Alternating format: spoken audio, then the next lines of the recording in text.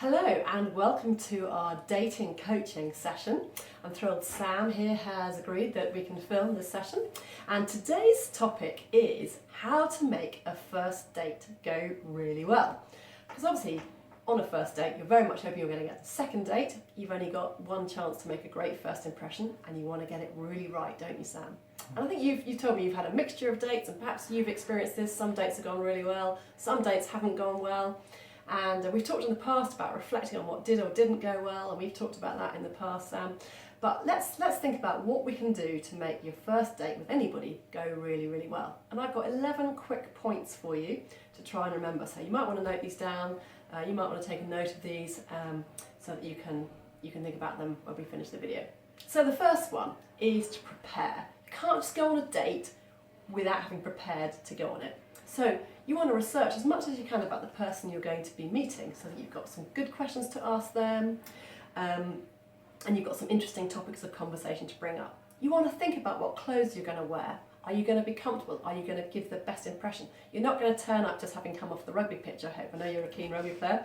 And you're not going to turn up like that. I hope you're going to give a little bit of thought to how you look. You're going to think about your conversation. What are you going to tell them? What bits of information do you want them to know about you? So think about that. Think about where you're going to be going, how you're going to arrive, make sure you arrive in good time. So all of that is stuff that needs to happen before the date takes place. The second thing is relax on your date. I know you're going to be nervous. You're meeting somebody new. Maybe this is going to be the person you end up with the rest of your life, although that's a really bad thought to happen. So thought to have. Try and ditch that thought and just try and relax and think, I'm going to have a nice evening with somebody that I'm going to make friends with. Third point, be yourself. Don't try and pretend to be something you're not. So for example, if you're going out with somebody and they say they love opera, and I mean I know Sam, you don't really like opera, don't suddenly go and say, oh I love opera too, and you're trying to rack your brains for any operas you can think of. Don't try and sort of meld yourself to be like them because it's really fake, it won't come across true and it does you no favours. So be yourself. The fourth point is retain your dignity and manners at all time. Remain true to yourself, your beliefs and your ethics. It's quite important, it's about being authentic. And that will come across to the person that you're dating. Fifth point that's very important, and this is about preparing in advance but being aware of at the time, is to avoid negativity. Now again, this is about planning. So perhaps you've had some past relationships that haven't gone very well. If you're divorced, you've obviously had them break up. Or maybe if that's not the case for you, you've just got some bad things that have happened in your life. Maybe you've had a bad job or a bad employer.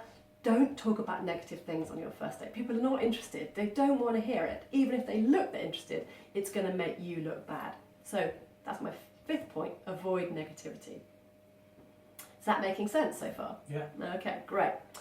Sixth point is, again, it's sort of preparation. Don't be worried about any awkward silences. You know, they might get some when you're on a date, you might run out of conversation. That's fine. You can always acknowledge them to the other person, like, this is a bit awkward, we've gone silent, haven't we? And actually, the other person's probably just as nervous as you.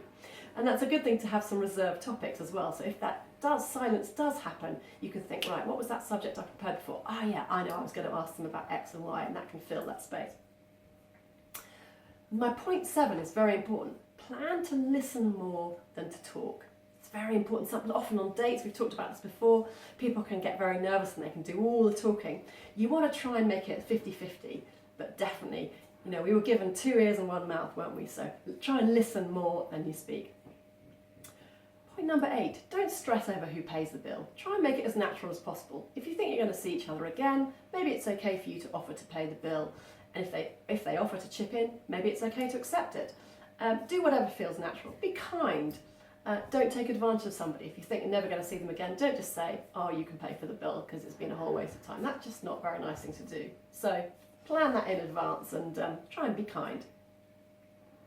Point number 9, choose a date that suits you. We talked about you not liking the opera, Sam, but I mean, so don't go on a date where you take someone to the opera where you're feeling really uncomfortable, you don't really know how to behave. That would be really difficult. Just keep filming and we'll cut it.